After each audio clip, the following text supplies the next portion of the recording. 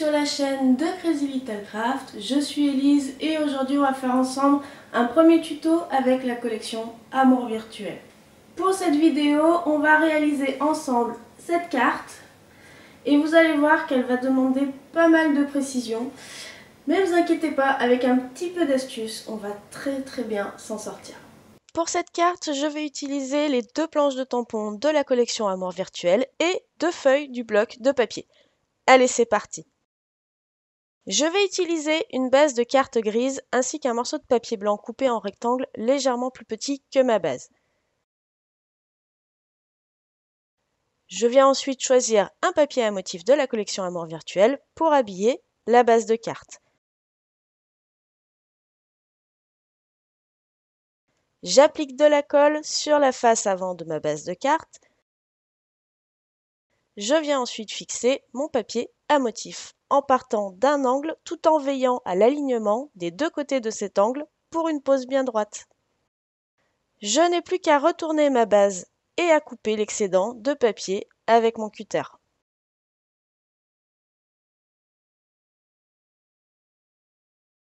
On va maintenant utiliser une planche de tamponnage comme ici la Misty ou bien une autre marque si vous n'avez pas celle-ci. Je viens aussi prendre la planche de tampon I Love You Crazy Little Craft où je récupère le tampon juste toi et moi.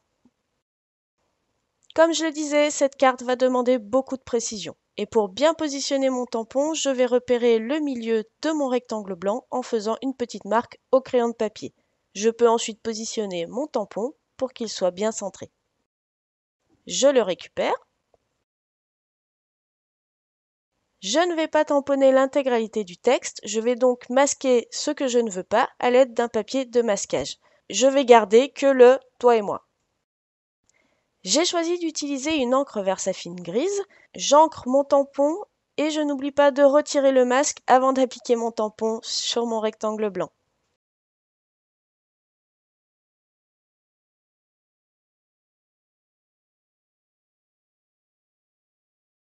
Je prends ensuite la planche de tampon Amour Virtuel et je récupère le plus petit cœur pixelisé. Toujours en m'aidant de mon repère de milieu fait au crayon, je viens positionner ce petit cœur près du centre, mais sur la partie gauche de mon papier. Pour m'aider dans les prochaines étapes de cette carte, on va réaliser un guide transparent. Pour ça, je découpe une feuille de rhodoïde que je viens ensuite positionner sur la presse de précision à l'endroit où va se situer mon rectangle blanc. Ensuite, je tamponne avec une encre classique et j'insiste, pas d'encre spéciale transparent comme la StazOn. Et le but ici est de repérer la zone de tamponnage, mais vous verrez, vous comprendrez plus par la suite, c'est promis.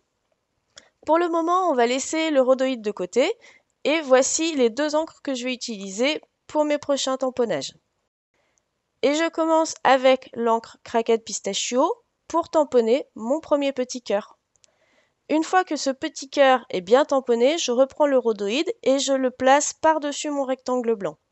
Je viens ensuite déplacer le rectangle blanc tout en maintenant le rhodoïde en place, ce qui me permet de repérer exactement l'endroit où je vais venir retamponner mon petit cœur, qui sera cette fois positionné sur la droite par rapport au centre de mon papier.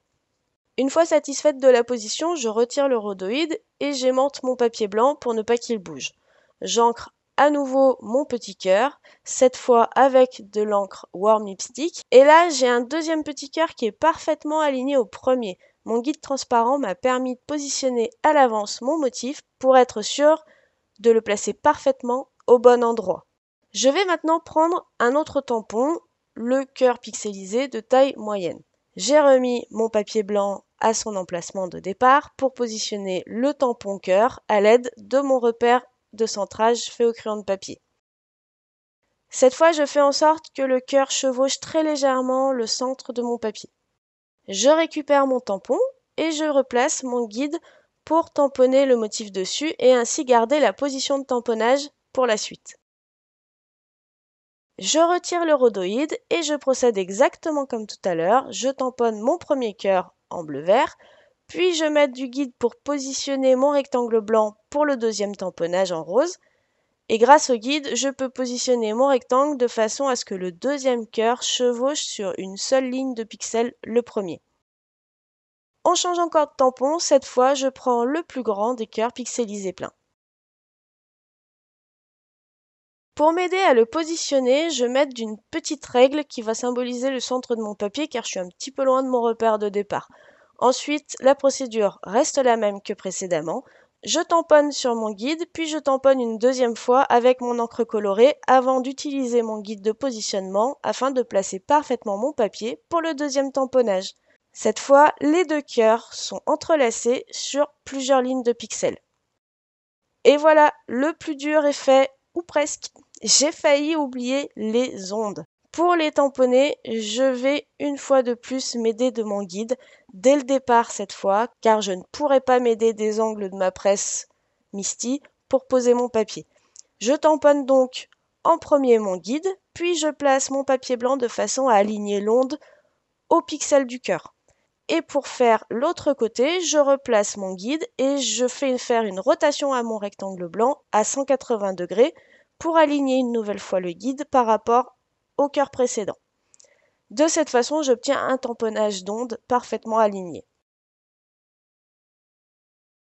Voici enfin le résultat de tous ces tamponnages. Ça y est. La suite est très simple. Je vais prendre la feuille de mots de la collection de papier Amour virtuel et découper les deux qui m'intéressent à l'intérieur, mots et phrases. Pour leur donner un petit peu de volume, je suis venue coller de la mousse à l'arrière. Le plus simple, c'est d'utiliser de la mousse 3D adhésive. Ici, j'ai pris des chutes de mousse non adhésive que j'ai simplement collées pour leur trouver une utilité au lieu de les jeter.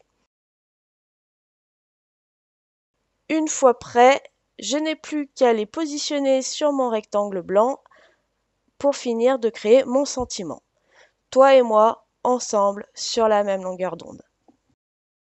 Encore une fois, je vais venir utiliser une chute de mousse non adhésive pour créer du volume en la collant à l'arrière de mon papier blanc que je vais ensuite venir coller sur ma base de carte. Je vais terminer cette carte en y ajoutant quelques embellissements. Ici, j'ai choisi des sequins de la même couleur bleu-vert que le papier. J'aurais aimé alterner avec du rose, mais je n'ai pas le rose qui convient dans mes sequins. À la place, je vais utiliser du Crystal Drop de couleur gris clair pour venir en rappel au papier de fond.